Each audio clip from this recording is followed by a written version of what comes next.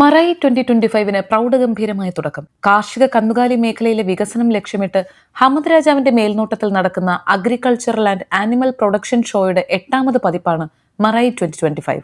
Bahrain international endurance വില്ലേജിൽ ആരംഭിച്ച Murray 2025 December 13 വരെ തുടരും. കാർഷിക മൃഗ പ്രദർശനങ്ങൾ, കലാപ്രദർശനങ്ങൾ, പൈതൃക ഗ്രാമം, കാർഷിക വിപണി, കന്നുകാലി വിപണി, അന്താരാഷ്ട്ര കുതിര പ്രദർശനം, കണ്ടൽ മൃഗങ്ങൾക്കായുള്ള പ്രത്യേക പവലിയൻ, കുട്ടികൾക്കായുള്ള കളിസ്ഥലം തുടങ്ങിയവ ഈ വർഷത്തെ പതിപ്പിൽ ഒരുക്കിയിട്ടുണ്ട്.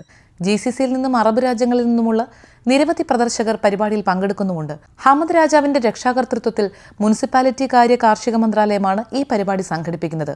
കന്നുകാലി സമ്പത്ത് വർദ്ധിപ്പിക്കുക, ഭക്ഷ്യസുരക്ഷ ഉറപ്പാക്കുക, നിക്ഷേപ അവസരങ്ങൾ പ്രോത്സാഹിപ്പിക്കുക തുടങ്ങിയ ലക്ഷ്യങ്ങളോടെ ഗവൺമെന്റ് നടപ്പിലാക്കുന്ന പ്രധാന പദ്ധതികളിൽ ഒന്നാണിത്. കുട്ടികൾക്ക് കൗതുകത്തിന്റെ പുതിയൊരു ലോകം തന്നെയാണ് ഇവിടെ സൃഷ്ടിച്ചിരിക്കുന്നത്.